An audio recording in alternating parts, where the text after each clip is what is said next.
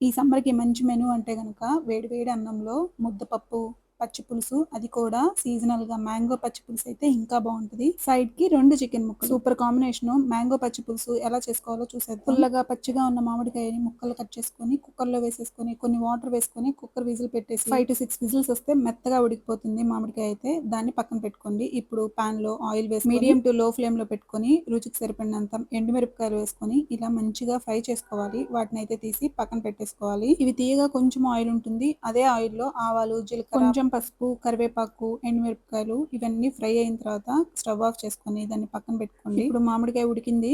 దీన్ని విజిల్ తీసేసి దీన్నైతే water strain చేసుకోవాలి. ఈ వాటర్ పక్కన పెట్టేసి ఓన్లీ ముక్కల వరకే ఒక బౌల్‌లో వేసుకొని గరిటెతో కానీ, పప్పుగుత్తితో కానీ ఇలా కచ్చా పచ్చాగా మెదుపుకోవాలి. ముందుగా ఉన్న వాటర్ కూడా వేసేసుకొని ఈ ఎండుమిరపకాయని ఇలా చేత్తోనే బాగా మెదిపేసుకోవాలి. ఈ ఎండుమిరపకాయ తొక్కుని ఈ మామిడికాయ గుజ్జులో వేసేసి తగినన్ని వాటర్ వేసుకొని ఇందులోనే ఉప్పు, బెల్లం, సన్నగా తరిగిన ఆనియన్స్, కొంచెం ఆనియన్స్ ఎక్కువ వేసుకోవాలి. ఉల్లిపాయలని ఇలా వీడియోలో చూపిస్తున్నట్టుగా చేత్తోనే మెదిపేసుకోవాలి. ఇందులో ముందుగా తాలింపు పెట్టుకున్నాం కదండీ! దాన్ని కూడా వేసేసుకొని సర్వ్ చేసుకోవడమే. మ్యాంగో పచ్చి పులుసు అయితే రెడీ అయిపోయింది. నచ్చితే ట్రై చేసి ఎలా వచ్చిందో కామెంట్ చేయండి. బై.